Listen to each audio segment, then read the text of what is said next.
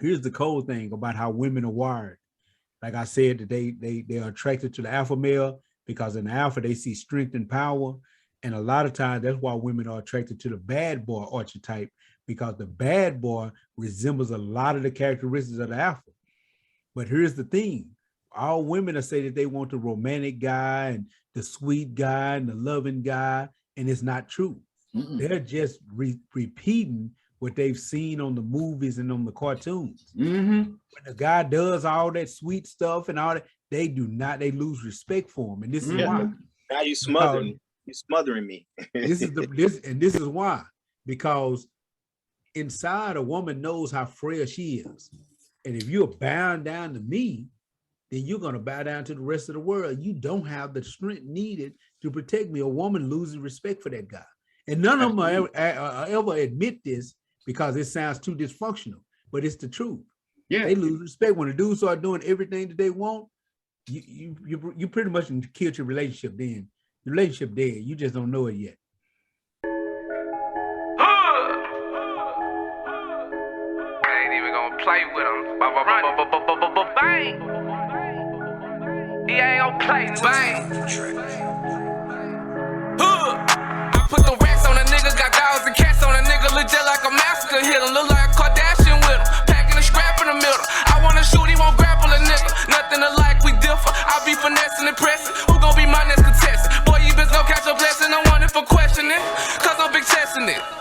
Strikes on me like I be reffing it, pull up on your residence, Hoodlum take over your residence, Hoodlum take over your residence, Hoodlum take over your residence, Hoodlum take over your, Hoodlum take over your. Peace and power. Once again, this Big Brother Psyche, and this is your Panther 48. I got the chairman of the San Diego chapter of the Black Panther Party, Brother Robert Ward Williams, calling out of California. Up all the people, folks. That's the first time I seen you in a white shirt. You usually in all black. What's going on? You been chilling with the White Panther Party lately? Actually, kind of sorted last Thursday, but I just shit with my button. Yeah, my parade button. What is that? Who is that? Kwame Ture, man. Oh, okay. I couldn't see it because you wasn't coming on the screen. We got the official Minister of Information, Emeritus. He's our official Minister of Information for the Panther 48, and he is the second in the line of Minister of Information for the original New Black Panther Party, founded under David Foreman and Aaron Michaels. We got Brother E calling out of Florida. Greetings, y'all. I'm not exactly sure what the subject is tonight, so I don't know what I'm going to say, but I'm pretty sure there's going to be a drop the mic moment, so hold on. And you got me, myself, Brother Psyche, calling out of Dallas, Texas. Brother E is full of it because he know what we're going to talk. What we're going to talk about today's subject matter, and I'm going to let Brother E start it off and kick it off and lay the platform for this. We're going to talk about the alpha male perspective of polygamy. You know, we done had conversations in the past about being faithful in relationships and things like this. Today, we're going to talk about polygamy and the alpha male perspective of that. So with that, I'm going to pass the mic to Brother E. And Brother E is too early to drop the mic, so. Oh, hell no, not for me. I'll drop the motherfucking walkout right now. I don't give a shit. My mere presence alone is cause for a microphone drop. Okay, fine, I'll take it. So, polygamy, alpha male perspective. I have no real concrete definition of what an alpha male is. So if we could start from there, Psyche, since you're the self-proclaimed alpha male of the three of us, me being Sigma, and War being accused of being Beta all the time, that pretty much rounds out the trio. So if you could give us a rundown real quick, just what is, I hear alpha male all the time, and my understanding is it has something to do with being the prime, the main, that cat, that dude. But what are the characteristics? What does that really mean in the situation? And no, I don't want to ask that question. Just starting from that, a basic definition from which to build and understand in context the idea of polygamy. Because and I bring up polygamy because it's one of those things that is misunderstood within our community. It's been a historical concept for thousands upon thousands of years in most every culture on the face of the planet, including Europeans. But Europeans being ass tight and whatnot, and wanted to pose and prop themselves up as high and mighty and holier than thou and all of that, rather than have that as a reality and a healthy situation in their culture and their community. Put people in a situation where you sneak and connive and do all of these other things and give it a very foul, especially through religion, a very foul flavor or connotation for folks. When it came to this culture, it got boiled down to the idea of polygamy got boiled down to, and this is the thing that I almost always hear in response off the top, is sex. That's it. That's all anybody commutes about or computates about polygamy. Is the idea is the dude gets all the treats because he gets to have sex with a bunch of different women, and there's nothing else contextually, there's nothing else culturally, there's nothing else discussed about it. That's where it stops. The sex and the possessive, which for me, a big part of the problem that sisters today have with the idea of polygamy is this possession shit. This need to be the one, which to me boils down to and goes back to this constant state of what is it? Unsure of oneself. What's the word? Insecurity. Insecurity. The fundamental insecurities of the female ego. So a lot of the repudiation or the kicking away from it for me comes from those two areas. But like I said, since it's coming, I'm trying to dig into understanding an alpha male better and relating the concept of polygamy. I want to understand better what is an alpha male's perspective. I know what mine is. I can kind of guess what Wars is, but since you, the MOB, and shush, I'm not saying nothing. I said a viewpoint. I said a viewpoint. That's all I said. That's it. You looking at me like that, get your guitar out, War. I'm gonna turn it over to Psyche. So Psyche, if you can give us an outline, a square, for an idea of what exactly an alpha male is. This might not be just basic, because I think I'm gonna use a little bit of war-esque, a word I just made up to represent a lengthy talking style based off the Brother War himself. So I'm gonna call it war-esque. I'm gonna go into it as a war-esque type of conversation. So anyway, and I'm gonna need you to give me your understanding and a breakdown of what you believe polygamy is when we finish with this. So let's go all the way back, because when we hear alpha male right now in today's society, a whole lot of guys pop up on YouTube who have the word alpha in their YouTube channels, and they usually define the alpha male as this guy probably having a lot of money, probably pretty stocky, muscular, and probably sleep with a lot of women. That's not necessarily the traditional archetype of the alpha. Now, originally, the alpha was used to describe gorillas and wolves. That was the original place it was used, because it was recognized that in those particular packs, and I don't think the gorillas is called a pack, I don't know what it is, so y'all just gonna have to go with me, but it was recognized that there was always one who stood out amongst all the rest, and that one was the one that the females was the most attracted to, and that's why they called him the alpha. Alpha in the Greek alphabet is the first letter of the alphabet, means the prime or the first. Anyway, the alpha was usually the best fighter. Usually the alpha was the strongest, and it was the one that had the greatest ability to protect the pack. That was usually the alpha. And so the alpha, that particular person came to be known as the alpha, and they represented that strength that attracted the females of the group. Then social scientists started to recognize that the same phenomenon occurred in human society. The same phenomenon occurred, while it's not as primitive as it is in a wolf pack or in a pack of gorillas, but it still existed anyway. The women was attracted to the men that they saw strength in, to a man that they saw power in. And originally, just like with the wolf or with the gorilla, it was usually, because you got to remember that human society existed before we invented civilization. A lot of times we'll talk about human society and we think human society and civilization is interchangeable, and it's not. So human society existed before we invented civilization, before we had a police force, before we had a military, before we invented cities, before we had any of that. Human beings would just wander nomadically in the wilderness. And so therefore you had women would be attracted to the man that she saw the most strength in, the man who could protect her and defend her, the man who could protect her children. Because if she made it with a weak man, then stronger men could take her children from her, enslave her children, kill her children, rape her. Basically, there was no stability with a man that had no strength. So the alpha was the male that was seen as the one who could guarantee security. So as our civilization evolved, so that the ideal of what the alpha was and the characteristics of the alpha, while the alpha still is defined by certain things like a broad chest, broad arms, strength, the ability to fight, the courage to stand up in the face of danger, things like that.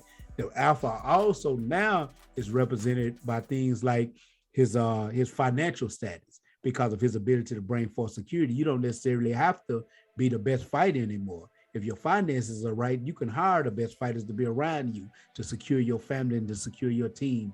The one that had the better plans, the one who had the ability to think through problems and then come up with solutions, and therefore lead his team to those victories. So alpha started to evolve in this meaning over time. Excuse me. It started to evolve in this meaning over time, but primarily that's what the alpha is. And let me say this: unlike in a wolf pack, the alpha wasn't necessarily an alpha male amongst human beings. That alpha might not be the only one. See, amongst wolves, if a young cub started to stand up a little bit and start showing alpha tendencies, the current alpha would usually kill him, take him out. Same thing amongst the gorillas, because they knew what was coming. If you let him get big enough and strong enough, he was going to kill that alpha who had got a little bit older, a little bit slower. He would kill him and he would become the alpha. So amongst those packs, there could only be one alpha. But amongst human beings, hell, alpha males might congregate together. They might come together and form that mastermind alliance and move together and operate together. You might have 5 or 6 friends that are all alphas in their own sphere that don't necessarily have to end up fighting or having conflict with one another. So that's what the alpha concept represented then, and that's what the concept represents now. Well, then alpha, like everything else, is contextual. It's relative. Yeah. Okay. So then I could be alpha today or alpha in this situation and beta in another situation. Well, no. And let me say this, because you never lose the characteristics that make you alpha. We had this conversation before, and you were saying I wasn't listening because the person that went to he go to work and he has to basically submit to a boss. Then in that situation, he's not alpha. We're not talking about now. We're talking about 2 different things there. We're not saying just because you alpha don't mean that you are in human society. Just because you alpha does not mean that you are the boss in every situation. It doesn't mean that. That doesn't mean that. But you don't lose your alphaness, because one thing about an alpha and the characteristics of an alpha may have the humility to go along with another man's plan. He may have the humility and even the good sense to, so let's say, for the sake of conversation, let's say War decided to start a metaverse company. He just started this whole company where he done created a school in the metaverse. He done built all of this. He got it under control. He got it. He know what to do with it. You and I don't necessarily know what to do. We don't know the technology. We have some information to add to it, but what War want to take us is going to make us extremely wealthy. It's going to help us bring some of our plans and our goals in life. So it just simply makes sense for us to go along with War. And it doesn't weaken us. It doesn't make us less than a man because of that. I would even argue that it makes us more of a man, because a real man is so secure in who he is in his own manhood that he has no problem following someone who has a better plan. It's one of the things I used to tell the brothers when we was organizing in the gulag. It's one of the things I used to tell the brothers, because you'd have that conflict that would consistently happen between brothers who felt they were strong. You'd have that. And I used to tell the brothers, brother, we do not have to conflict with each other, because you're a king and I'm a king. It just depends on who chessboard we on. See, when you're on my chessboard, you have to be able to recognize that I'm the king here. and then you got to be willing to be my bishop or my knight. And then when we on your chessboard, I have to recognize that you're the king there, and I have to be willing to play the part of your bishop. We look at presidents. President Biden, I know you love him so much. President Biden is the president of the United States of America. When he flies to China, he's not the president of China. If he goes to China and starts trying to operate like he's the president of China, there's going to be a problem. When he goes to China, he has to recognize that somebody else is the president of China or the president of Russia or the president of wherever he goes to. He has to recognize that. He can't go to these places and think that he can go in, sit amongst Congress, call shots, tell people he just simply can't do it. You know, and I know you're going to think about, I'm not getting into colonization and imperialism and neo-colonialism and how America actually puts puppets into place and actually do control other countries. I'm not getting into that. I'm just talking about the basics of the concept of the idea. So the alpha never stops being alpha. See, one of the characteristics of a beta, one of the things about a beta is that and beta being the second letter in the Greek alphabet, one of the things about a beta, especially in the way he deals with a woman. See, a beta has the philosophy, a happy wife, happy life. You know, he's willing to kind of let his wife run things, let his woman run things. He's not as aggressive as the alpha. And so he's non-aggressive, and that doesn't necessarily mean he's weak. He's just non-aggressive, usually in just about every situation. Whether he's at work, whether he's at home, whether he's dealing with his wife, whether he's dealing with his children, while the alpha is usually a little bit more aggressive in every situation that he's in, even at work. Even if he's saying yes, sir, to his boss can't say, you piece of shit, get in there and do the boss. The alpha's boss cannot talk to him like that for the most part. A lot of times the alpha, if he's in a situation, if he's in a situation like that, he'll leave that job before he'll just sit there and tolerate that.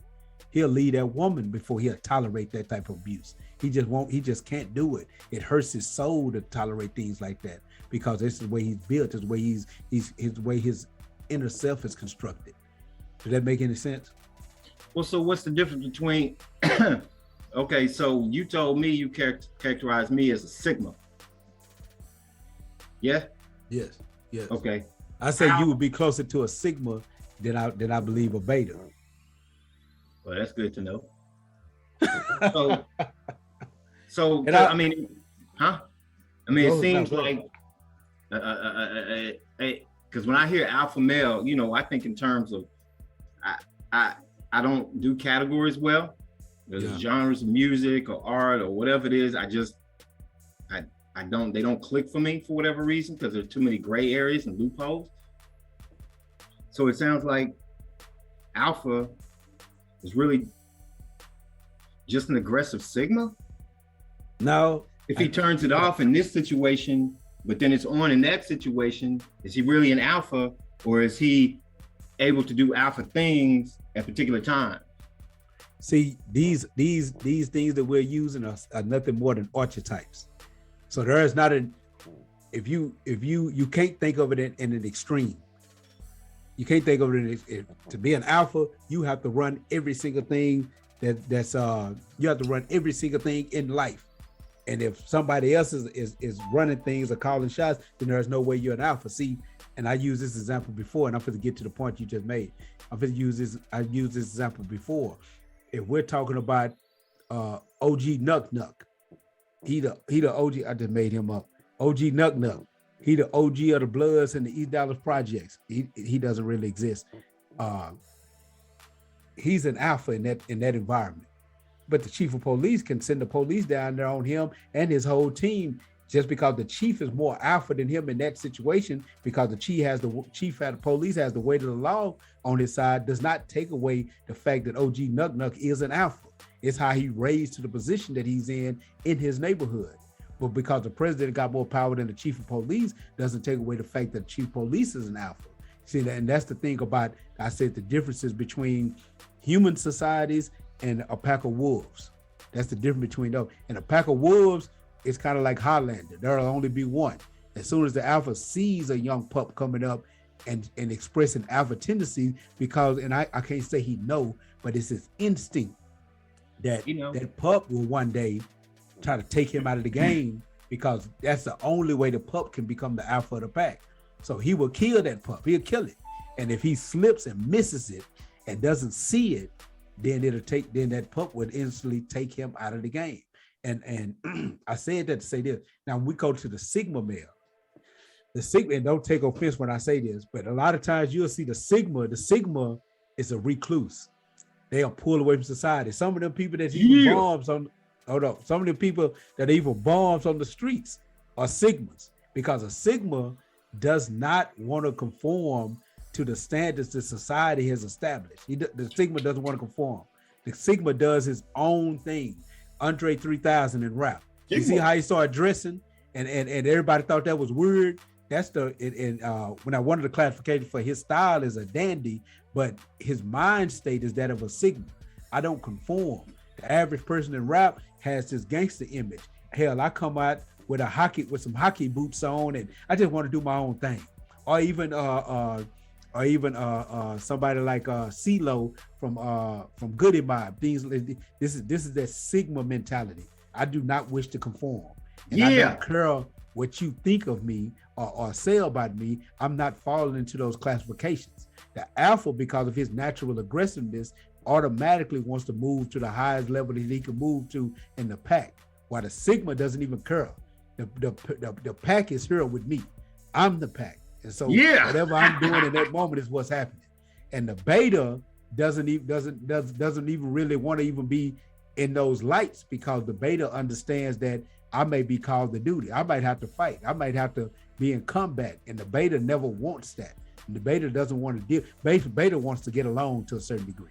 And these classifications are important to understand, because a lot of time what happens is women will be attracted to an alpha, because women are, but a woman with a certain personality type could never get along with alpha. She may need a beta. And that's not saying a negative thing. That's saying that and a beta needs a certain type of woman. He don't need a passive woman. He doesn't need a soft, humble woman, because he's a beta. Somebody has to lead in that association. You know what I'm saying? And so that's the differences between the Sigma, the beta, and the alpha. Okay, you told you told what type of female beta would need. I want to know this. I want to see what you're gonna say. And what type alpha would need? What type for the archetype would a Sigma theoretically need? But see, there's the rub. There's the problem. That's the complicated one. It's I like that. I'm Sigma all day. I'll take that. I'm running with it. That's it. Y'all can call me Brother Siggy, baby. That's who I am. Is extremely complicated because of the personality of the Sigma. A Sigma actually doesn't have a certain type of woman that fits him well because of his personality. Again, the Sigma doesn't like to conform. The Sigma wants to do things his way, forget what society is saying. The Sigma does not like to conform. And so very few women can actually deal with the way a Sigma is. See, a Sigma, one of the things about a Sigma is the Sigma is also can be considered flaky, because the Sigma could be considered extremely flaky. Yeah, the Sigma is flaky because of his need not to conform. He doesn't like to plan. He doesn't like to be struck. He doesn't like any of that. The Sigma doesn't like to function in any of those structured type of roles. So, that's why the Sigma has a hard time in a traditional relationship with a woman, because that's a structure. And there's usually conflict that comes if the Sigma tries to be with a very passive woman, or if the Sigma even tries to be with a very aggressive woman. There's conflict with both of those. Yeah, been there, done both of those. So next time I don't have a platform for a show idea, y'all just blame it on the Sig and me. I'm your Sigma man. Yeah, that's me. I'm gonna ride that, the wheels come off. So in terms of something like polygamy, you keep going back to relationships, male, female, the reality of it is, until the male-female dynamic is restored to some level of functionality in this society, we ain't never gonna be free. If family is the foundation of the community, that male-female dynamic is the foundation of the family, and whatever their interaction is gets taught to the next generation, and they pick it up, the good, the bad, and the ugly, and they do the same thing, which is how we got in this mess with the process of the breaking of African people to make slaves and not having to jump the broom and watching your woman get raped and not being able to do shit about it and having your kids taken away and all the things that they put us through that have led us to this point. So until we repair that, it's a no-go for me. But hold on, I missed it. You say, now what's a no-go for you? Us truly being in a position of power, being in a position of any type of unity, self-determination, any of the things that we talk about, until that male-female dynamic. Because you look at my children, as much as I fought to impress upon them the things that we were doing and whatnot, because their mother and I had issues and weren't able to do, make things work and whatnot. My oldest is having issues, my other children are having issues because they've seen the non-functionality between their mother and I go down, and they've taken that and run with it. And now it's getting projected into their relationships, which is causing our people, our communities to further stray from one another. The animosity between Black men and Black women is at all-time high. When we was in so-called slave days, we was getting beat every day. When sisters was getting raped every day by white folks, by Thomas Jefferson and George Washington and Hamilton and all the rest of them peckerwoods, we still had our relationships to whatever degree more intact then than we do now. Sisters would still ride and die for the Black man, for the African man. The African man still sought to be with, protect, and take care of that Black woman. It was still there, and it carried us forward through those dark times. But now we've gotten into a position where some folks think that, they don't need a man, or they can make money themselves, or they can do bad all by themselves, and blah, blah, blah, all these other things, because that's it's there. It's more and more. White folks have convinced sisters that, number one, they don't need a man. Number two, if they need a man, a white man will do. It's okay. It's all good. So the animosity and the anger, misdirected anger, is at all-time highs. And as long as that's the case, we can never build a foundation for a nation, for a neighborhood, for a community, for even a family, not a stable one. So that's why I say doing any of these lofty things that we seek to do, what it all boils down to is repairing home, repairing that place. And that's why a lot of times, I know back in the day, Ward spent a lot of his time being in people's business, basically, and trying to help manage and resolve issues between, membership and their spouse, their man or their woman or whatever, was attempting to project what it is we're teaching in our classes, what we're doing in the community, trying to get sisters and brothers to take these ideas and these lofty goals and principles out of the textbooks, out of the streets, and apply it to their own selves and their own relationships. Because it's that one-on-one, if it's not there, it's not gonna happen. That's just the way it is. There's no successful civilization in the history of man that has ever been successful without the male-female relationship intact. And I can agree with you on that. I can. That's why I truly believe that women was intentionally weaponized so that Absolutely. What you just said could be the reality of our day. Absolutely. I mean, if you look at our open enemies, the people or the group or the group of people who have traditionally and intentionally held the population in a somewhat psychological slavery. Look at all the different things and different tactics that was tried in order to make sure that the people never rose up. All those things were done intentionally. And I believe one of the strongest things that have been done is the weaponization of the woman. And I couldn't see it before, but I can see it clearly now. And I talk about it a lot because it affects me personally. But when I came home from my vacation, as Brother E likes to call it, when I came home and I started dealing with women and seeing women, I was shocked. I'm like, what the hell happened in the last 2 decades that has made women so angry, so aggressive, so masculine? And maybe it was always here. It might be that situation where, because you're in the middle of the party, you really can't see what's happening in the party. And then with me being separated for so long, not being around women, really not being in a relationship and coming home, it was in my face. You know, it was like, damn, you know, this modern day woman, you can't even say anything to without getting aggression and anger. And I'm not making no excuses for myself. I know that I have my own personal attributes, but I can say this about me. I can actually be controlled by a woman. I actually can. I know y'all probably think to yourself, hell. Oh, I know. Yeah, well, we didn't told you that. We didn't told you that. But hold on. What type of woman? Hold on. That's the problem. I can't be controlled by aggression.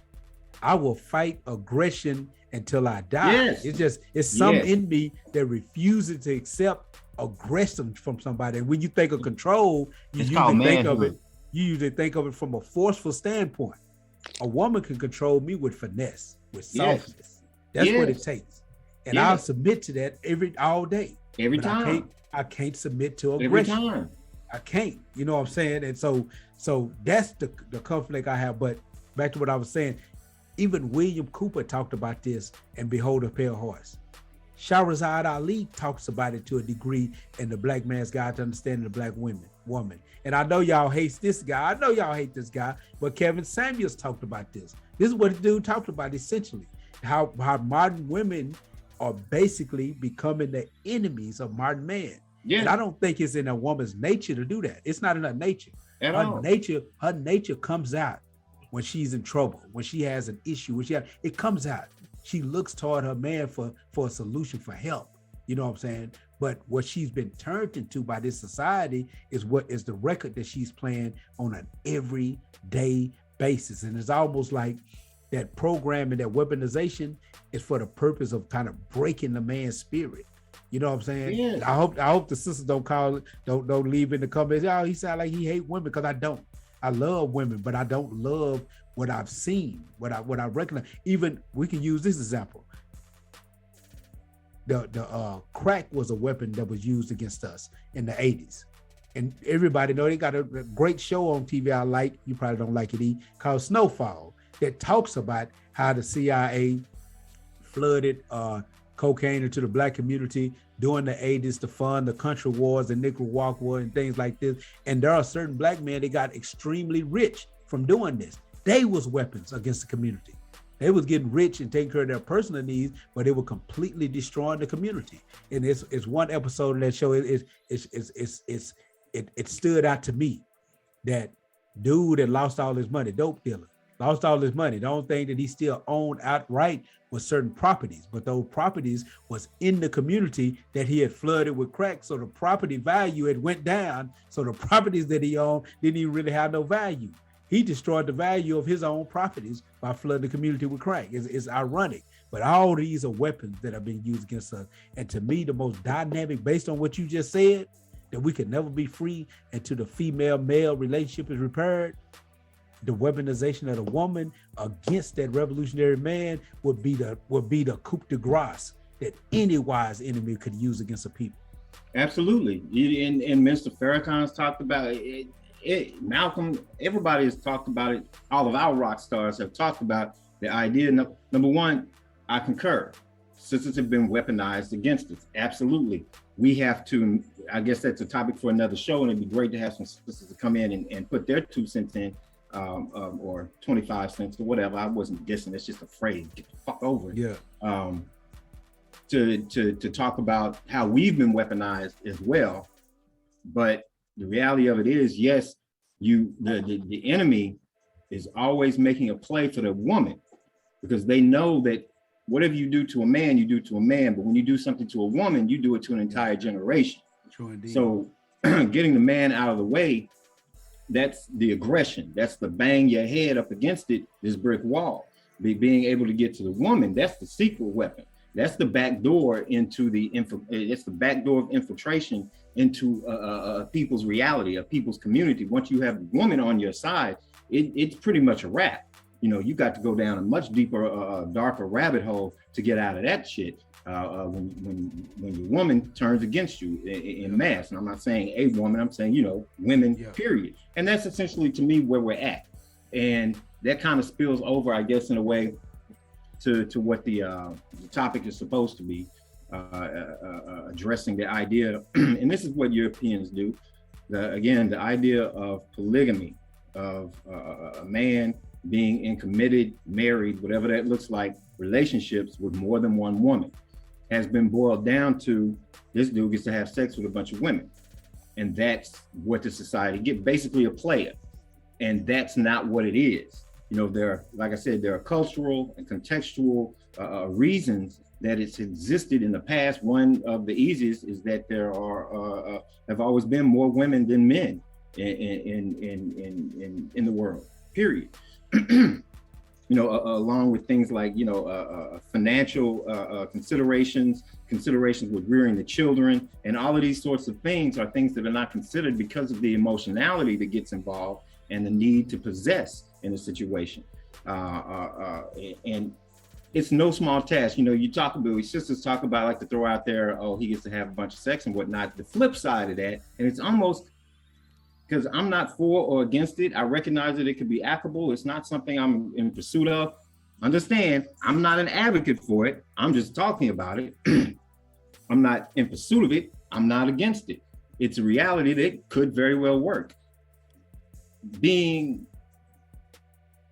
unfaithful outside of a relationship is a danger, regardless of how many relationships you have.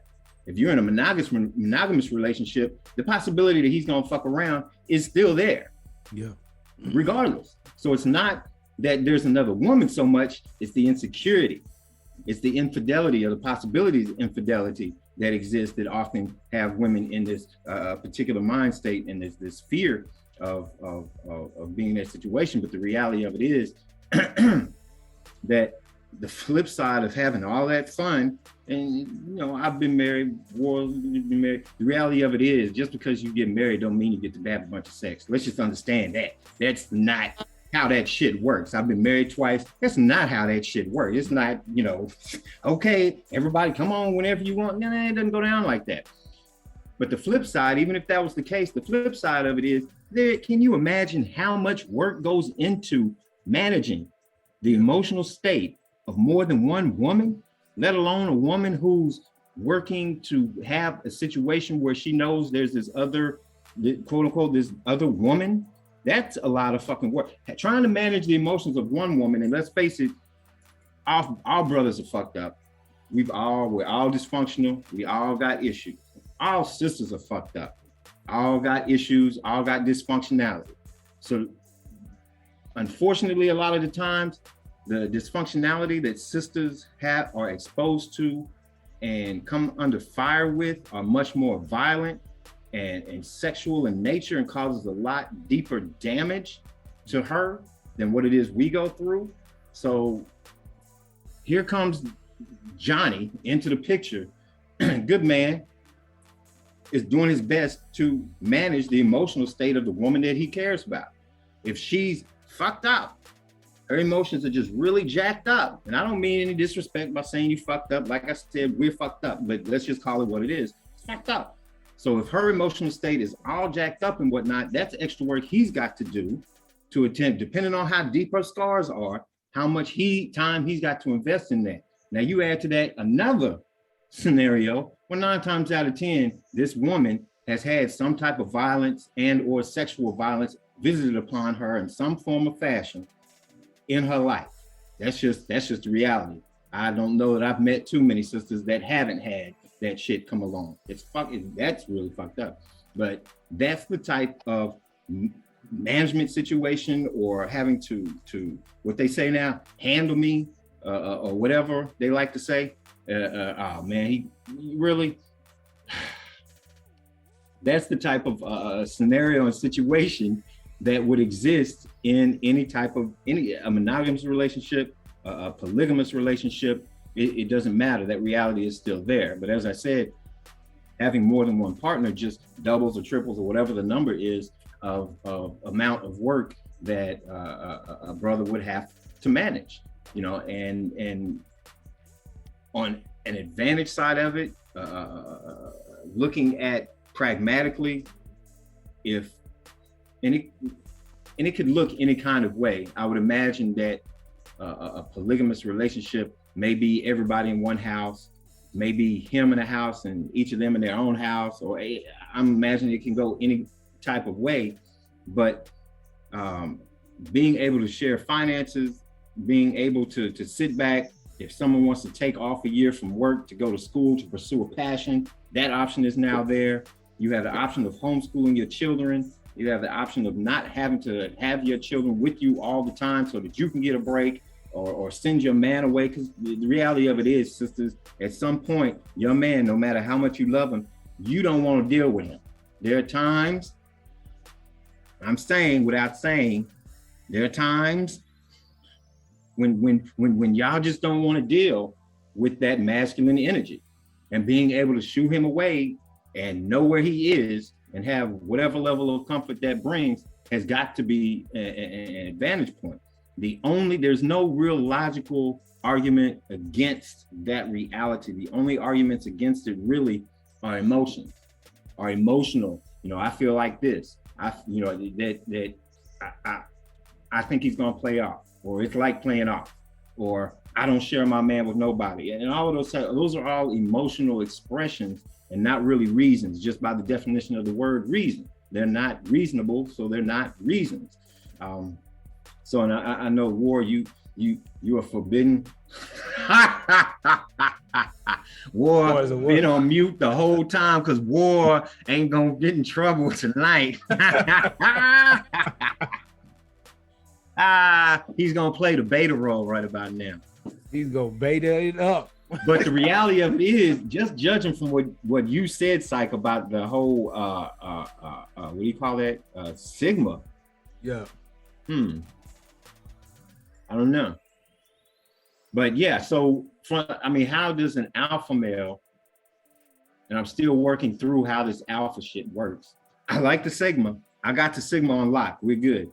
Me, Prince, all the other artists in the world, we're Sigma. Andre, all of them, we Sigma.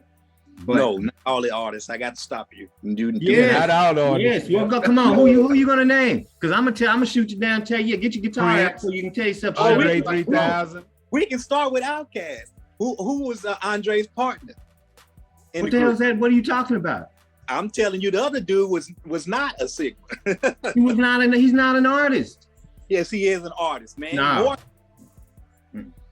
He kept it going. He a performer. Oh, he talking about artists. I'm talking about an artist. I mean, you named all those things you said about Sigma. I could say about a real artist. Temperamental, don't like to conform. All of that stuff you said, you described the artist all day long. That's why I was loving it. Away with that with Big Boy. No. Big Boy, Michael Jackson. I ain't scared. All of them. Andre, he's out there. Creative shit. Big Boy was a performer. I like Big Boy, but he ain't no art. He ain't bucking. He ain't bucking the construct to give a vision of what could be, an interpretation of what is and where it's going. That's the job of an artist. Andre does that. Big Boy don't do it. That was why they worked well together, because Andre was the structure. Big Boy was the structure, and Andre was just all over the place, and that shit played well together.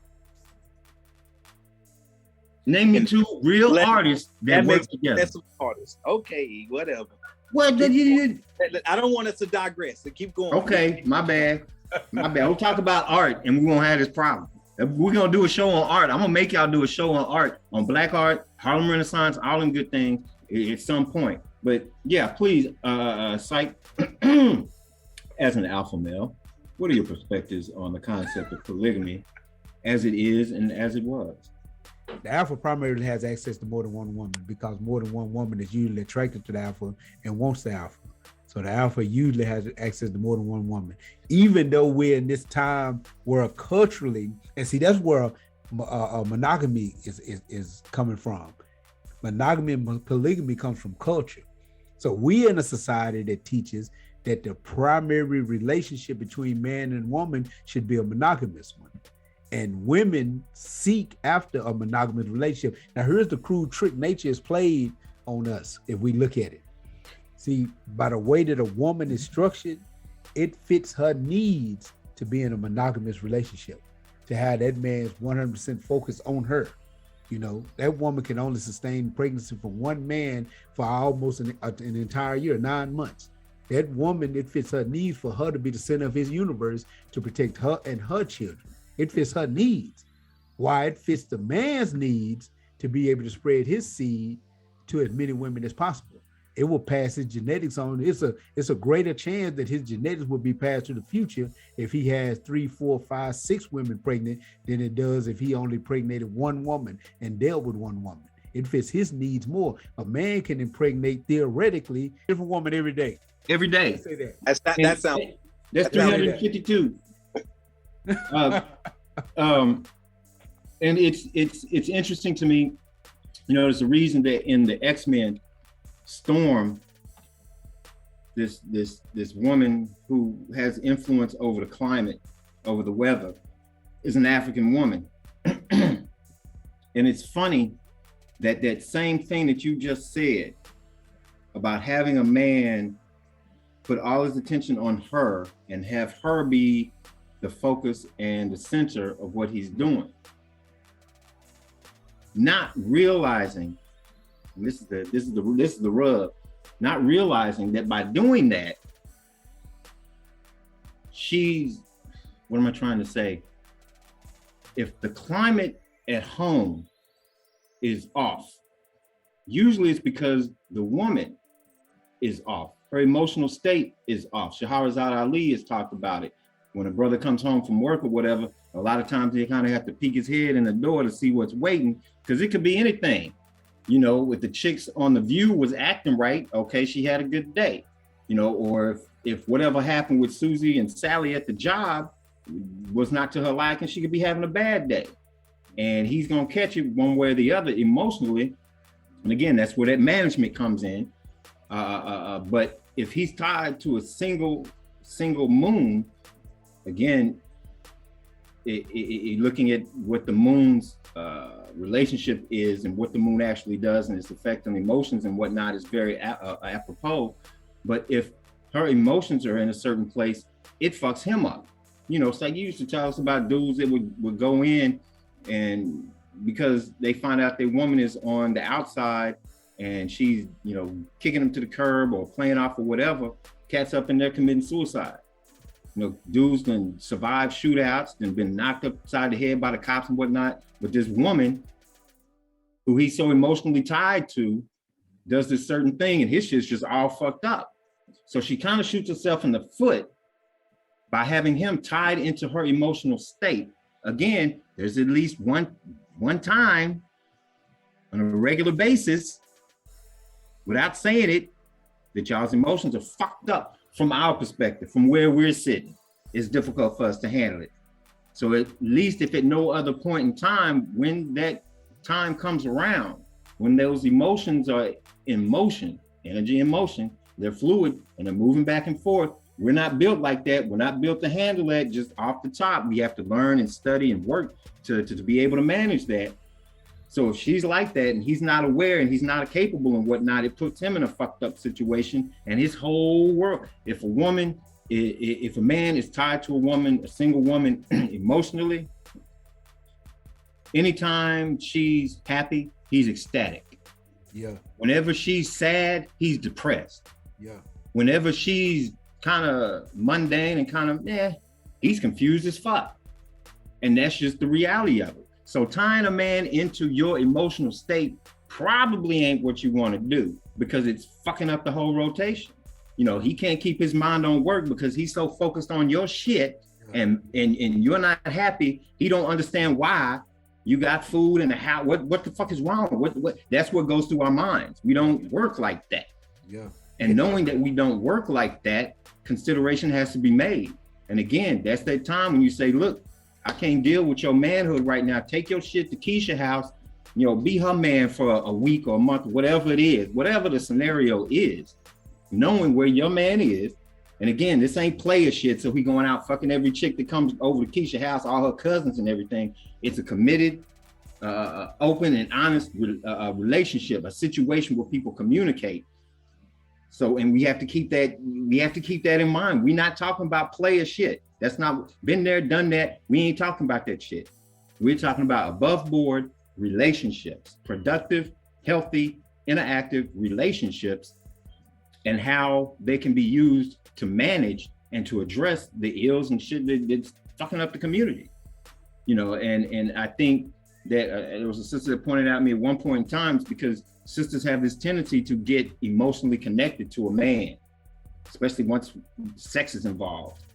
So tying herself to him is just as onerous, is just as dangerous as her wanting him to be tied to her. So, you know, that's a resident Sigma perspective, I guess. I don't know, on a situation. I know War, again, can't say shit, so I guess I'll toss it back to you, Psych. War, get your guitar out. Where's the fucking guitar, man? I would like to have a little bit to say so. We've been waiting on you. We've been waiting on you. I mean, you ask what you need. You a party goer? You waiting on an invitation now? Come on, Mr. War. Tell us what you think about the situation. What is it? I would just say this. As it applies to a relationship, when we talk, whether we talk about multiple women or a single woman within a relationship, and we're going to talk about polygamy versus what they call it, polyandry. Yeah, the one where the woman can have multiple men. The bottom line to me, and I want to look at it from a warrior perspective, has to do with the chances of being able to populate and multiply and have a stronger bloodline or seed line, and the chances of that being able to continue on is what, to me, the nature of polygamy is about. As well as when you talk about the relationships between the man and the woman, I would say the thing with a polygamous relationship is that woman also, or should I say the women, are able to bounce off each other and help rise each other up to the occasion. And so to me, that would be the harmonious aspect of that relationship. I think the problem that we deal with kind of goes back to what you said in regards to what happened during chattel slavery. And to me, that would go into what I would have to ask about, well, what role or did the African captive slave, was he able to be an alpha male in that situation? Because the way I saw it, the quote unquote alpha male was the one that got buck broke. And from that standpoint, making sure that they was able to create that weakness within our gene and our genetic line from that standpoint is what created the weaponization of the woman against the man now. And I think when you look at society now, that same thing continues in a certain fashion. The way it may not necessarily be physical, but it's psychological. Psychologically, what they do is they attempt to make the woman more masculine, and they attempt to make the man act like a woman. And so now you find relationships to where women feel like they are able to identify as a man and do all of the things of what they consider to be male dominant or male aspects within society, whereas the men have been tricked into believing that they have a sexual freedom to be able to bump with each other. I have no idea how this perversion elaborated itself to the degree of what's going on, other than to trace it back to a lot of the things that went on with buck breaking. And so when we deal with that type of relationship, that leaves open more opportunity for a healthy polygamous relationship than it does a monogamous relationship. But the confusion comes into play is because you have now a situation where what defines a marriage, you know? And so do we look at upon marriage as it applies to do with procreation, or is marriage just a situation where two or more people love each other and want to have a connective bond in terms of enjoying each other's company and building a quote unquote household together? So we have to ask ourselves, especially when we kept using the concept of player having sex, what is the nature of a family structure? What defines a functioning family? Is it procreation, or is it just people being able to quote unquote love one another regardless of the sexual aspects of procreation? So that's a question I pose. That was a long ass question. Can you repeat it? Shit. But let me add on, and I'm pretty sure E, you'll be able to come in on this add on. I want to add on to this before I move to this, because he talked about it in the beginning. I don't think he talked about it today, but he's talked about it before. But he did talk about this today, that there could really be no real freedom until the relationship dynamic between the man and the woman has been repaired.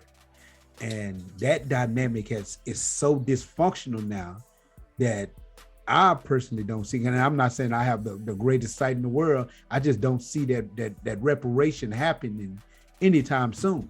Now, you say, what was the purpose of the family? The purpose of the family was to build civilization. It was to build a society. The family was the first organization that the human being belonged to. A man and a woman, and I'm going to talk about this from a little bit from a spiritual standpoint, a man and a woman both are the opposite representations of the universal energy that we like to call God. You know, they are the opposite representation of that energy, the yin and the yang. They are both that. The female is the feminine aspect of it, and the male is the masculine aspect of it. We're supposed to come together. Man and woman, you coming together in unity and actually build each other up. There are schools of thought that say man is supposed to represent knowledge, therefore he represents the sun, while a woman is supposed to represent wisdom, therefore she represents the moon. And when knowledge shines upon wisdom and they come together, they produce understanding, which is represented by the child. But a woman has to be in her natural state of being receptive to what it is the man is trying to give her. She has to be receptive. And then once she takes that he gives her, whether it's knowledge or whether it's the life-giving seed, she takes that, then she has the ability to incubate that and then produce life from it. That's when we're all operating in our natural state. The problem that we have now, and I talked about the weaponization and war brought up slavery. The problem that we have now is that all of that has been destroyed. The traditional relationships, the traditional families, now it's not my husband and my children and my family, now it's my 3 baby daddies, and a man would once look for a woman to plant his bloodline in and then to grow and build and structure his family from. You could look at people like Solange Knowles, and I don't know their history, but Solange and Beyonce look so much alike, you could tell that they had the same mother and father. You know what I'm saying? While today's time, a brother or 2 brothers can look completely different from each other. A brother and a sister can look completely different from each other because there is this accepted thing going on in our society called the baby daddy and the baby mama and the child support and all of this corrupt stuff. And I never really thought about it when you said, until you said it was, but maybe the alpha male could not possibly exist during slavery because he was murdered. If you even showed any little bit of aggression or your desire to be a man, you were strung up and killed. You had to bow. And even Shahrazad Ali even talked about it. Sometimes you took that penis. Sometimes the slave master would put penis in you just to make sure you didn't even, just to divert any idea that you had that you could possibly be considered or seen as a man, And I had a debate with a brother when I was incarcerated about the origins of homosexuality, and he was a black man. He was but this was a nigga. And he argued against everything black, and I was showing him through dynamic facts that just about everything dealing with civilization came out of Africa, and he couldn't argue. He just couldn't argue these things. So then he tried to flip the script and say that then that means that homosexuality had to come out of Africa. And then I told him, no, you're not doing real scholarship. I say, give me the proof. I say, you have no proof. See, I got proof that it came out of Europe. You have no proof. The gymnasium, which was Greek for naked games, where they used to get butt naked and wrestle with each other and slip the penis in each other. The island of Lesbos, where females were trained in the art of pleasing women. The Spartans used to have the little boys suck their penises and drink their cum because they believed that they would get the warrior spirit, at least our way until the boys got married. I mean, we can go on and on and on. You have none of this that you can show me from traditional Africa before we had contact with Europeans. You don't have that. And if you just say, well, I'm saying that if everything else came out of Africa, then it only makes sense. No, it doesn't make sense. If we're going to do scholarship, we got to do real scholarship. And scholarship you have to have some points of proof. You can't just fantasize this stuff. So that homosexuality originated in Europe, and it was used, and just like I believe it's used now as another weapon, like as War just said, to make the men act more like women and to make the women act more like men, because and this is not to attack homosexual people. This is not that. This is not a tirade against homosexual people, but you don't find a lot of homosexual people starting the Black Panther Party. You don't find a lot of homosexuals starting the Nation of Islam, starting the Moorish Science Temple. You just don't, that is just not the desire. You know, that has not traditionally been the desire to liberate and free a group of people. That has not traditionally been the desire of a homosexual man. It just hasn't been. You know, it just simply hasn't been. So our family structure and our relationship dynamic is in complete shambles now. It's completely destroyed. You know, it's in complete shambles. You know, for the most part, I hear more men having baby mamas than having wives. You know, they have way more. You done had 2 wives. Well, you done had 2 wives. Hell, there's dudes that done had 6 baby mamas. You know what I'm saying? So she was good enough to put a baby in and bring a new life into the world, but not good enough to make that marriage commitment to. You know, and vice versa from the woman's standpoint. And that's destructive. And let me say, I know you want to come in here, E, but I need to say this. So now you're dealing with a woman who's had 3 baby daddies. Let's limit it to 3. And she's been in a long-term relationship with these 3 baby daddies. And if she's had 3 baby daddies, she's not with him now, she's with you, then that means all of these was failed relationships in some way, form, or fashion, that some emotional attachment existed. So here it is, whatever his dysfunction was, put into the woman. Then the next dude's dysfunction put into the woman. Then the next dude's dysfunction put into the woman. And the woman is steady reincarnating the dysfunction of these messed up men that she chose to lay down and mate with. And then you having to deal with Joe, Jack, and Billy. You having to deal with him coming out of her. You know what I'm saying? You having to deal, because we got to understand how chemicals work.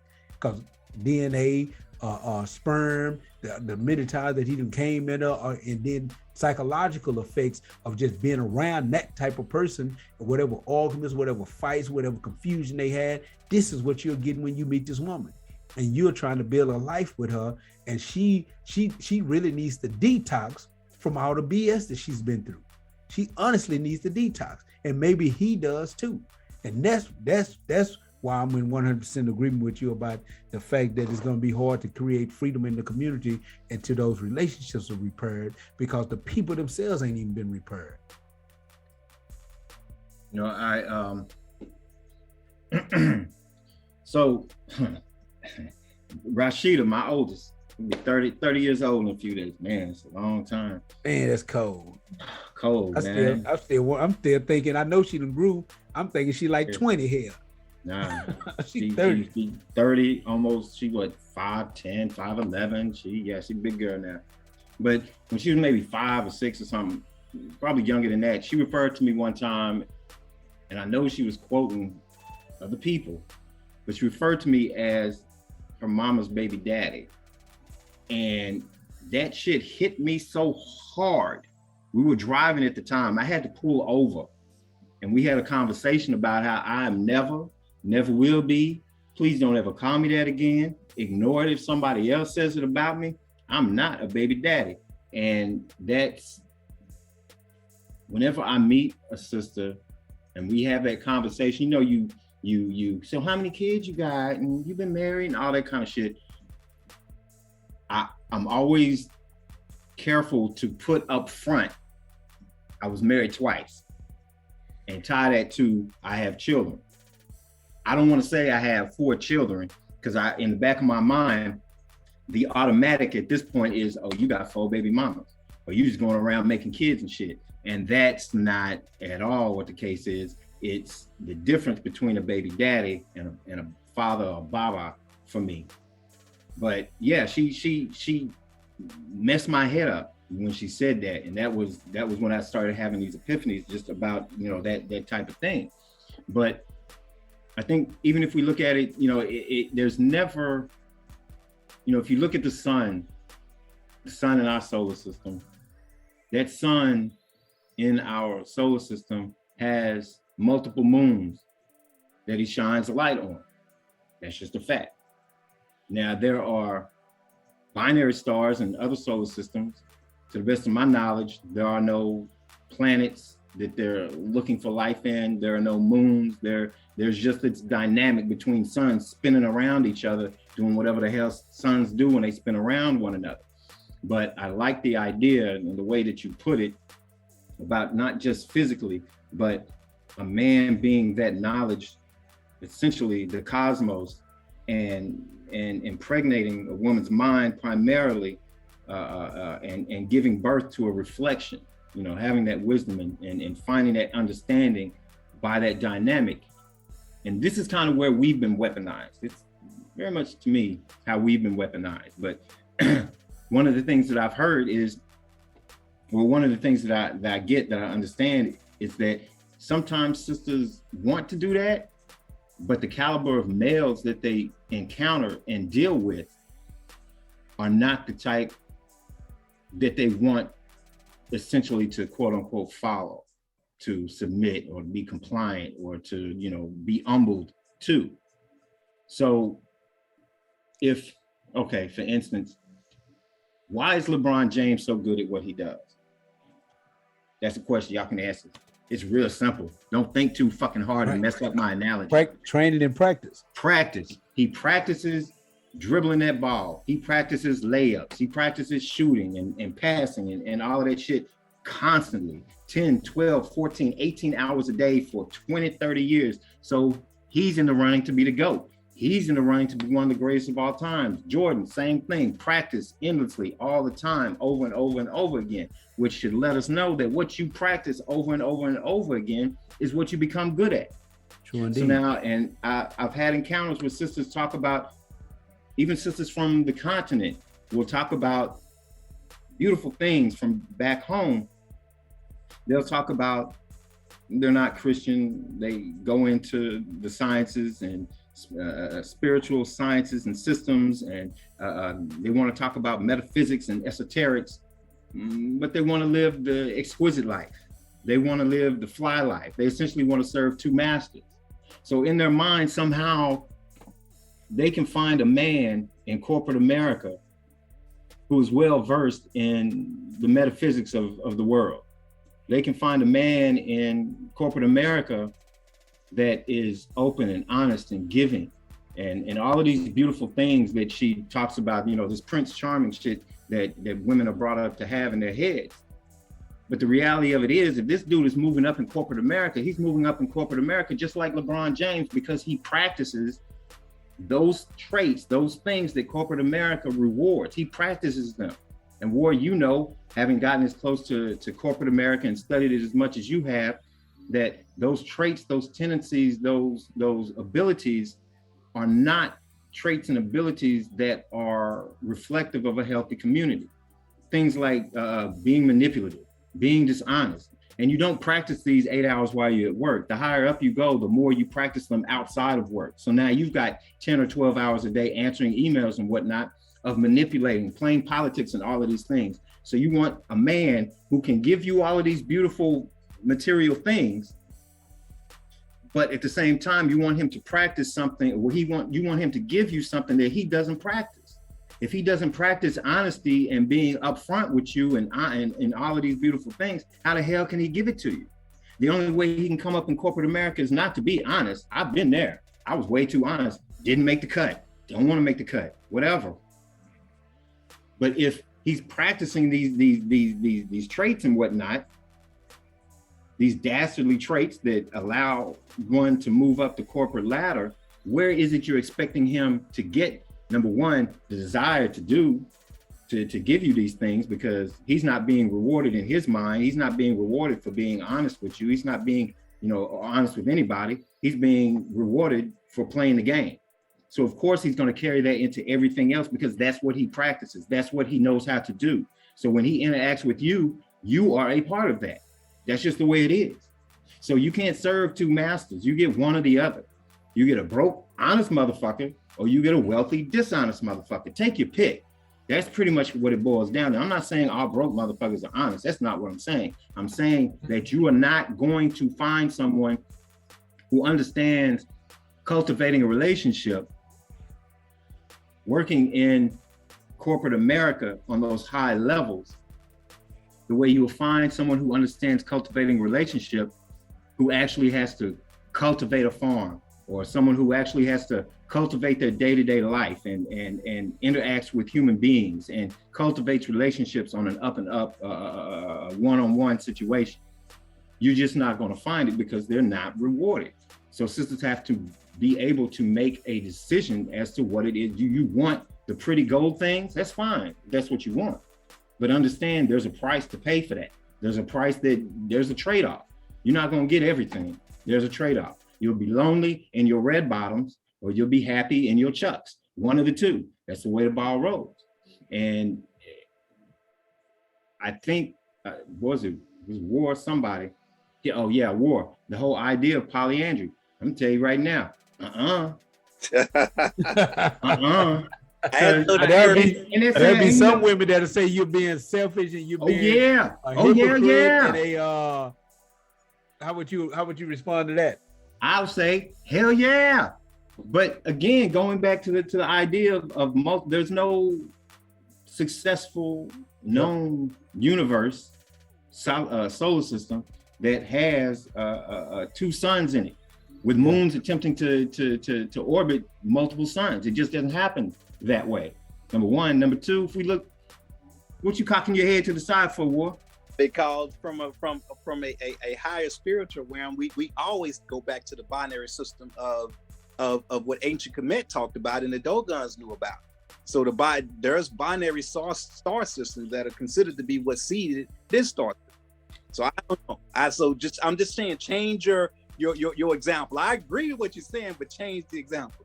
Now, when you have a binary star, when you have two suns rotating each other, they are at odds with one another. Yeah, both of them are attempting to shine into the universe, and this heat and the gravitational pull from those suns makes it. How the fuck do you have two suns and you have a moon going like this around each? It don't War. It don't.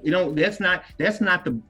Yes, there were binary star systems, but was there life that visited us specifically from those binary star systems, or were those binary star systems part of the roadmap that got them here? Come on. Yes, there was life. In fact, if y'all study astrophysics, there are habitable zones no matter how the star structures are created. So just keep that in mind. I'm not denying what you're getting at. I just think there's a better example. Let me add notes on that bullshit. Let me add something to what we're getting at, because I think the people that are watching this need to take into account the fact that when we talk about practice, I think what most people fail to realize is that practicing something that makes you good is obviously what makes you good at it. Most people don't recognize the unconscious practice of something, which is what creates dysfunctionality. So from that same standpoint, every person is practicing something, and they're practicing it to the degree that where they become mastery at it. The problem is, are you practicing it from a conscious perspective to actually gain a position of being able to utilize a skill, or are you practicing it unconsciously because you don't know what to do with your time, you don't know what to do with your value, and you don't know your worth? Because so many people practice unconsciously at something to the point to where they get good at being dysfunctional, and they don't recognize that as actually being what they contribute to the relationship or contribute to life, is that they have practiced being so bad at being able to be in a healthy relationship, or so bad in being able to be a healthy person or having an intact point of view of themselves, that when they cohabitate with someone else, they don't recognize that they bring that practice that they've had into the relationship, and now all of a sudden the two are battling with one another in terms of one having a better point of view or a better position of knowledge of self, a better position of self-identity, and the other person being to where they have this insecurity that plays itself out to where everything external to them is at fault. And so it creates that conflict within that relationship. And sometimes the unhealthy person finds the healthy person attractive subconsciously because they want to be more like them. But instead of actually using them for the sake of healthiness, they use them for the sake of bringing that other person down. And a lot of this is unconscious practice. So I just wanted to throw that out there, because I think most people don't recognize things that they do repetitively, regardless of whether it's something I set out to do or something that happens to be a cycle that I continue to build upon, is actually practice. And so there is plenty of unconscious, unhealthy practices going on, which creates the whole cycle that we're talking about. And I just wanted to bring that up. Another thing I wanted to bring up in regards to the cultural aspect and dynamic that we talked about is that goes back to what Psyche was talking about. What is it when, from a sexual aspect, when they use the term going Greek, that is when two men are having sex, or when you having sex with an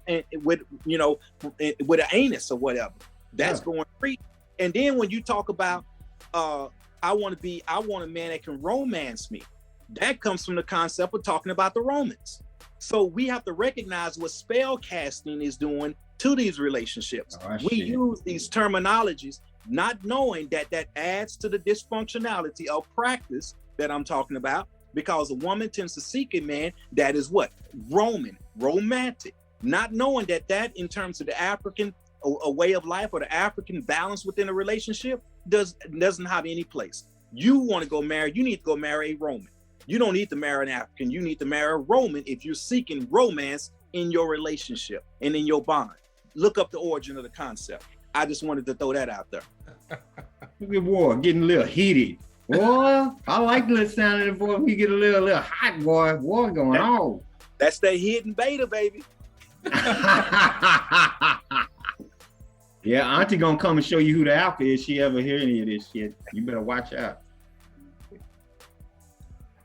All right, now where we at now? Y'all talking about now. I wanted to add on to the sun analogy that we was using. You know, what makes a sun a sun? A sun is a sun in a solar system, at least in ours, because one, it has the greatest amount of light, the greatest amount of heat, and the greatest amount of mass. And because of that mass, it actually has the ability to keep all the rest of the planets in its orbit because of the mass and the attraction of its mass. Scientists say that Jupiter was almost a sun. That's why it has so many moons around it. Jupiter was almost a sun. It just didn't have enough mass. It didn't quite get there. I used to use that as a joke to brothers, because I like to see the original. I like to call the original man the supreme being, meaning that the being that's supreme in his particular situation, he's the sun. He's the son of man. He is the truth, the light giver. You know, and sometimes brothers will come up and they'll think they the sun, and be like, you big, you pretty big, you almost a sun, but you just didn't quite make it. You Jupiter. You didn't have enough mass. You were big enough, you just didn't have enough mass. But that was I'm gonna start calling my boss Jupiter. That was my and it's ironic. It's funny, and this has nothing to do with our conversation, but Jupiter was the king of the Roman gods. But the king of the concept of African gods was always the sun, and it's ironic that the king of the Roman gods is rotating around the African gods. But back to the point here. So So one of the attributes of a sun is that mass and the ability to create that attraction. So we talk about that, and we talk about a woman having more than one man. Then you have that situation where they're in combat with each other because of that attraction, that mass that men tend to have. For a man, I truly believe, and I don't know a lot about it, I haven't studied enough about it, and definitely have never been the type of man that wanted to be in a situation like this. I don't even want to be a side dude. I don't even want to be a woman's side dude. I'm not feeling that. For a man to accept being in that type of situation, he would have to be beta. He would have to be submissive, because the woman would have to be the dominant in that situation. I've been tricked into that type of situation before by a woman that was lying to end up having a whole husband and everything. And one of my life rules, I was tricked into that. One of my life rules is I don't mess with married women, because I'm a true believer that anytime a man takes a woman, marry that woman, puts that woman in a home, raises that woman children, whether they're his or children that she already had, feeds that woman, tries to basically put that type of man that has done all that for a woman, you to be long stroking that man's woman, that man will kill you. And, you know, I feel like it's way too many women on the planet to put yourself in a position to disrespect a man to that degree. I truly believe that. And, you know, that's one of the things, anybody that know me, anybody that spend any amount of time around me, my little brother, all that, I preach the same thing. Man, if she got a husband, leave that alone. There's too many women. There's no use of putting ourselves in that type of situation, you know. So I honestly can't see how men could be in a situation like that and be in full possession of the traditional attributes of manhood. I just can't see it. Well, I mean, it's illogical all over again, because just, you know, going from the premise that a man's responsibility is to project knowledge into the mind of a woman, into the, you know, this cosmological, the cosmos, the world. That's why he goes out and he rules the day, comes back home. You know, since most of the people that I've talked to that say something to the effect of, I don't want to study that, I don't want to hear about the news and da because it makes me feel bad, because I don't like it, because it's just negative, have been women. You know, the bullshit that goes on out there in that world, I get it, I understand. Sisters don't want to hear that shit. That shit is stressful, that shit is depressing, that shit is anger filled, all of that. So it's a part of his responsibility to gather that shit up, distill what he can from it, and project that into the home so that the home can be prepared to deal with whatever the world brings to it. That's just his role. If you have two sons that are attempting to project this information that they've distilled, which is going to be two different perspectives, two different vantage points, sister's going to be going in at least two different directions, because she's being filled from one and filled from another. So yeah, I would agree. Any male that is involved in a situation like that is very much the beta. You know, and again, if you looked at the natural world, you know, you don't have two, quote unquote, like you said, alphas, or even the males that are the top. You don't have two of those in a situation. You don't have two husbands or two, you know, top dogs in a relationship or whatever. You have the male, and that's it. Any male that comes up under is a child. When in our traditional systems, when a boy gets to a particular age, he's in a sense kicked out the house. I'm talking about back home in Africa, where we still do, in some areas where we still do things right. He's in essence put out the house to go build a house, to go build a family, while the sisters are allowed to stay at home much longer than the male is, because that's a part of his responsibility. And so when he takes that responsibility and goes out and does that, again, this woman can't bounce between two men's homes. That's just, you know, it's just not going to work. You know, we've got nature to side to that. But yeah, again, to address War, your question about husbandry, nah. I mean, polyandry, nah, no good, kid. I couldn't do it. I wouldn't want to do it. I'm not finna be, like you said, a side dude and an actual healthy, beneficial relationship. I don't care who you are. Dude, you don't know better than me. You don't. That's my arrogance. That's my ego, especially when it comes to my home. You know, what she needs to be contributing in my home goes over, spends time with you, and comes back and brings some of your silliness. Because 9 times out of 10, you're not going to be doing what it is I'm doing. So whatever is brought back is going to be stuff that's outside of cipher and just going to cause confusion. Because now you got this more worldly shit going on that's being poured into her, and she comes back and tries to apply that in this home, and it just doesn't make sense. I just wanted to put that out there so I can create some chatter in from people texting. About time you did something like that. Because usually you boring. I be telling people y'all boring too, just to let you know. I'm Psyche. You said I'm the a joker. You remember that? You called me the joker in our particular trio. Yeah. I would like to invite you to listen to Alan Watts' a lecture on the role of the joker, and that's very much sometimes, Matt, Heath Ledger said it in Batman. He was a real good Joker, the one that died or blew his head off or some shit. He said, sometimes I just do shit for the sake of doing it. Yeah, so sometimes I get a little tired, so I appreciate you having a little bit of input to the discussion there, Brother Ward. Thank you very much. So I think, I was gonna say, so where do we go from here in terms of the idea, again, of how the alpha male plays in polygamy versus the other types, archetypes in terms of polygamy? Well, the beta would never be in a polygamous relationship.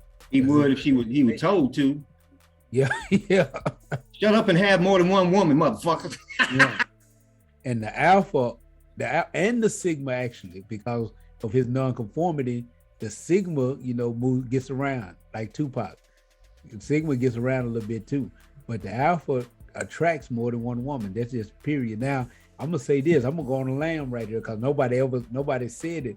I think polygamy is probably more natural than monogamy. I believe, because of the way man and woman is structured and set up. I mean, if we look at polygamy, even back in the day when men were going out to war, so a lot of women was left at home without that protection. And back then, women, it wasn't like modern day times is now. So in order for that woman to be taken care of, a man would take on her and her children, her responsibilities, and another woman and another woman. A man does that even now. Even if he's not in a sexual relationship with a woman, he still has that pull and that ability to teach and educate. You have men that start little league teams, or even just get the kids out and take them out to the field and play football with them in the hood, because the daddies wasn't never there. They was either in prison or got killed or never just in the picture. So these men played roles and played parts with these children. I mean, even me and Puncho, my middle brother, we even did the same things. So we didn't know what we was doing. We didn't understand it, and that's why the culture of the Panther was so just natural for me. We did it in our hood, because we was the alphas in our neighborhood. And while we didn't play sports, we did protect a lot of the youngsters, taught them how to fight, spent time with them, did things like that. We didn't know that we was doing those roles, but these things happen, and it was times what some of their mothers, when they would be doing something wrong, would tell us about it and ask us, can you talk to them? And primarily what she was saying was discipline them, get on them, because he would listen to y'all while he not listening to us. So I think these roles are kind of important to that degree. And he said it before, I think that the problem is that modern day woman has this desire to control man. She has this desire. I don't want you messing with no other. I don't. You mine, possession. And and it got so bad now. Brother Ward talked about it in one of his classes, not the last one, that political education class that was just posted, but it's one right before that. What was it called, Brother Ward? Because you talked about how social media is now used as like a tool for women to try to spy, and it's destroying relationships. And what was the name of that class, that particular class? I do not remember the name of my classes after I moved on.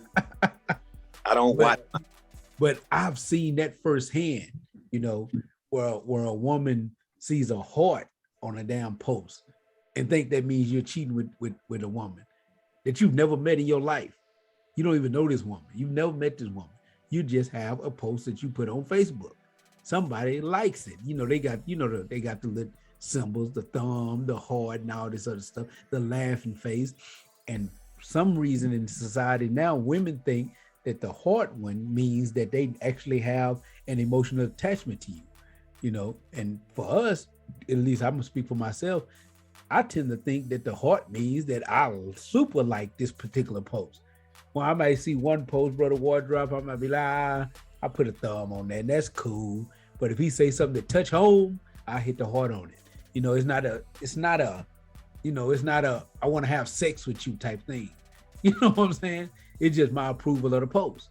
you know, and women don't see it that way.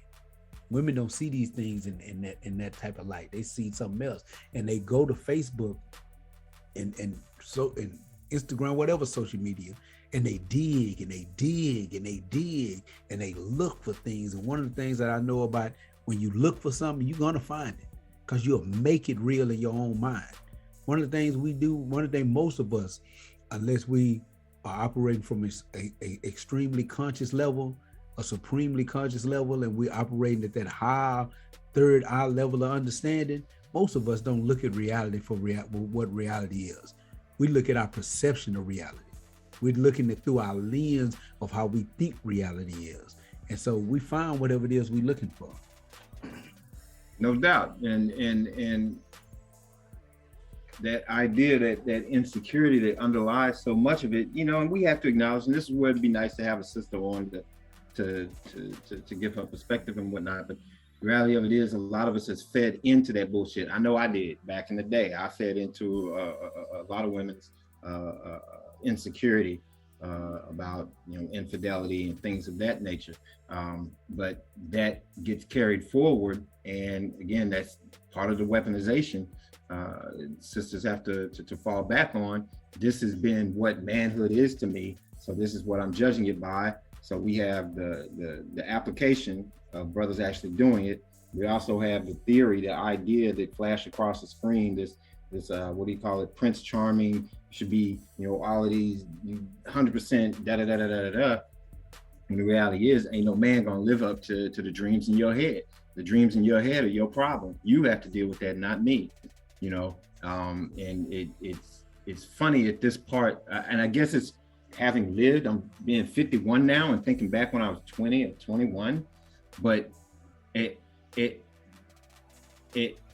I like, sometimes it's fun, and I guess it's the Sigma thing about not giving a shit about the rules and all of that. But I've told, like you were talking about earlier, being controlled or manipulated or influenced or whatever, finesse versus aggression. And I've told women at times, just to see what would happen with the, you know, and to let them know, yes, but at the same time, to see what the response would be. You know, I'm gonna tell you exactly how to manipulate me. Okay, this is all you need to do. So if you do this, this, and this, and this, no resistance, I'm good, you know. And it's funny to me how that shit never works. Doesn't work. Because I tried to tell my children's mother the same thing. You know, I'm simple, I'm easy, and Steve Harvey, my bad.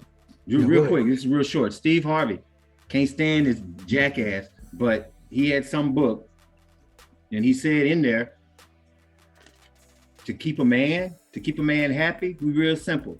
Feed me, fuck me, tell me I'm doing good. That's pretty much it. That's pretty much good, it. You know, it's a wrap. That's all you got to do. Simple shit. But my bad. Go ahead, bro. And then the opposite of that would run a man away.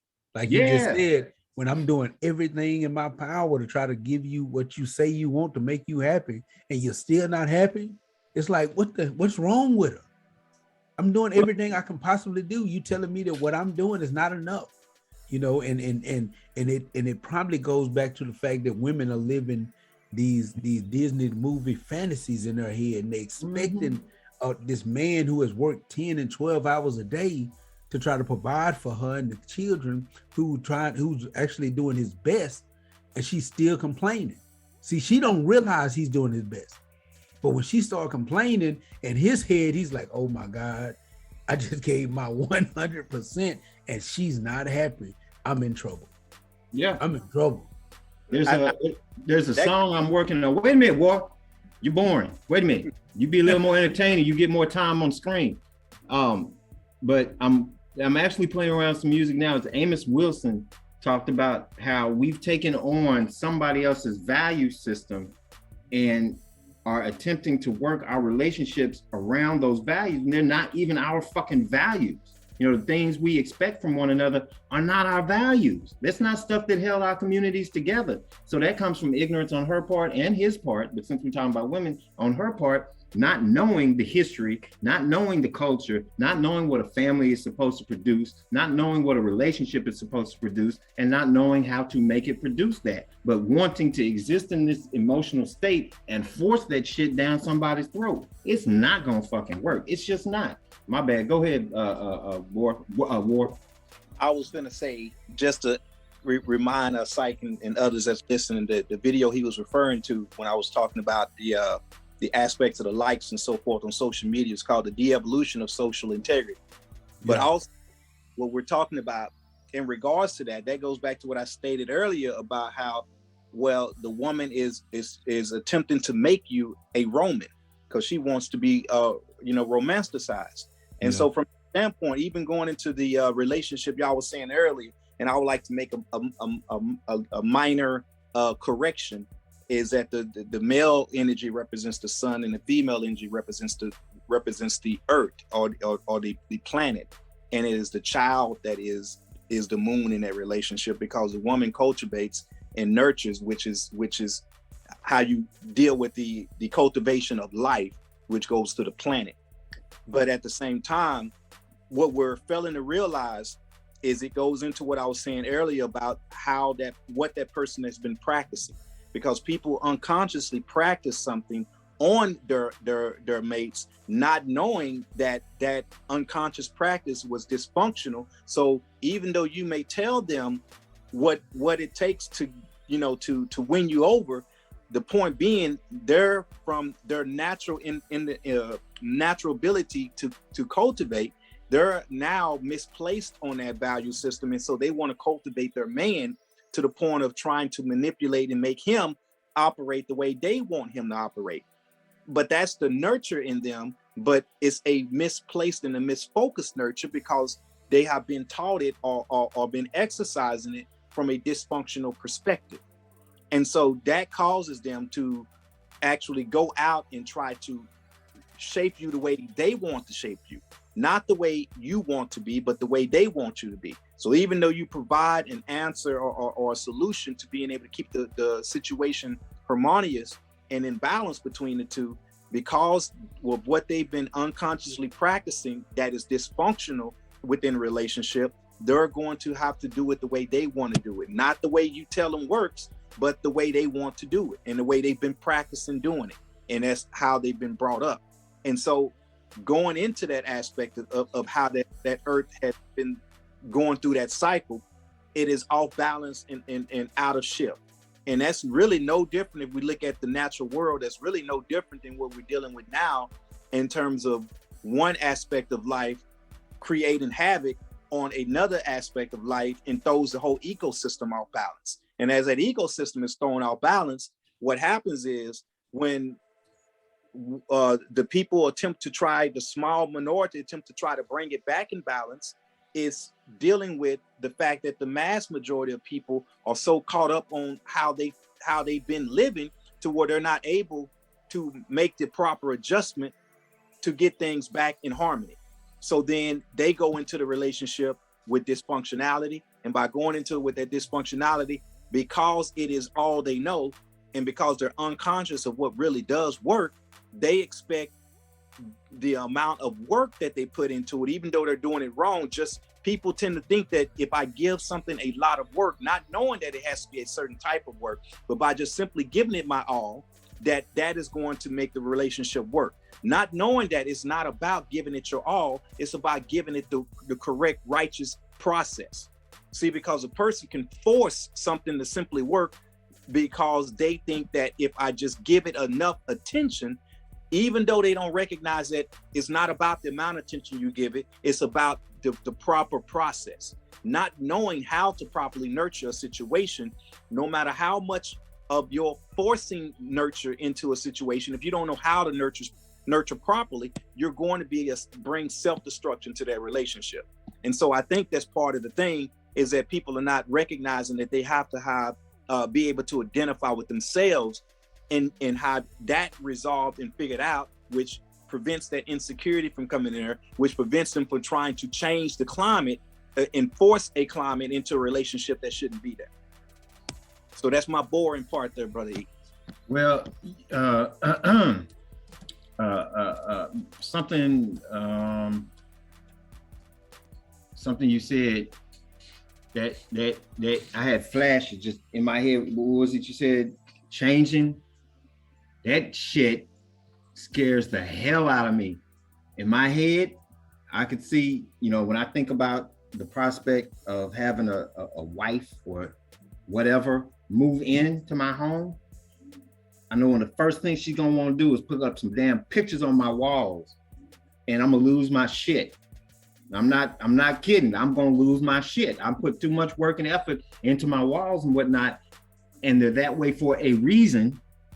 Because y'all know, you can walk into somebody's house and just stand in that one room and read a whole lot about what's going on in that person's mind, just based on the way they have it furnished. Do they have piles of crap everywhere? Whatever. You can read a lot about that person's inner emotional state by that. And I've worked hard to make my home and my emotional state vibe off of one another and maintain a certain place in this world. And it just messes with my head, the thought of somebody coming in for the sake of a relationship. And I ain't mad at them, that's what they do. But coming in and putting pictures all over my wall and shit, it just freaks me out.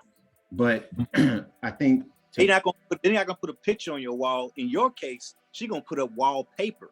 No, hell no. See, that's it. That's the end of the relationship right now. You go ahead and get the fuck out. That's why you cannot be in a relationship, because you have to be willing to compromise. If you bring her in, then it's no longer your house. You have you got to make it her home. I know. I tried, and I don't think I'm the perfect guy. I got my problems. You are. I got my problems, but I tried this before. And I let a woman come in and she would start, first thing, you said it, you ain't lying. First thing she did, she started looking around and say, this whole thing looks like a man cave. And I told her, I say, man, do what you want to do. Do whatever you want to do. What you want to put up, I gave her run, because you have to give her a functional woman. You have to make her the queen of the castle. You have to do that. Because see, a man's job is to play his primary role outside of the home. That's his job. He is commander-in-chief outside the home, but you have to let her be commander-in-chief inside the home. You got to let that woman make a home. You have to let her do it. And if you can't let her do it, then she'll never feel at home. And the cold thing is, I was just messing with a woman that was so, whatever it is, done been through so much. All the stuff you talked about in the beginning that women have suffered through and went through, I was dealing with a woman that went through all of that. She could be the poster child for that. And no matter what I did, she just could not be happy. She just couldn't be. She a lot of us need it, but she needed counseling. Yeah. A lot of people need counseling so they can do that inner work to try to find out what kind of problems that they really have before they try to connect with another human being. I'm pretty sure she related to my second ex. That's the case, because that was absolutely the case in that situation. But and maybe this, what I'm going to say, leads into another conversation. But because of the whole gender role shit, for me, that's really where it started breaking down on that level. Was the gender roles and women having to work outside the home to maintain and for various reasons and whatnot.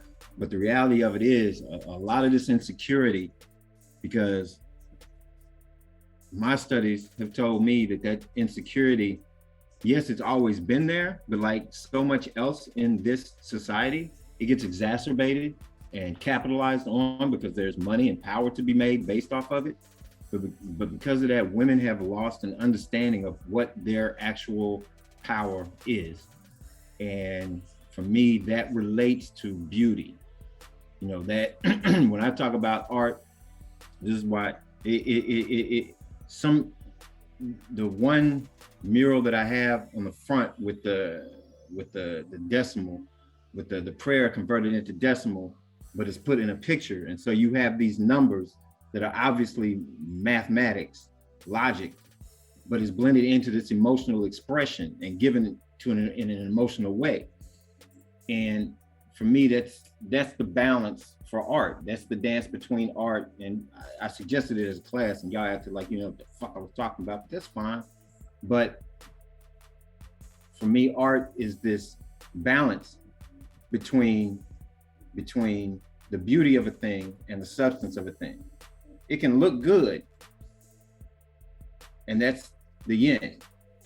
The substance, the expression that's behind it is the yang, and it has to have that balance. And so that yin, that female, that feminine aspect, her actual power is beauty. Being able to captivate. I mean, you look at a dude like Psyche. This dude work out for like 30 hours a day, bench pressing cows and shit, you know, arm wrestling bulldozers and whatnot.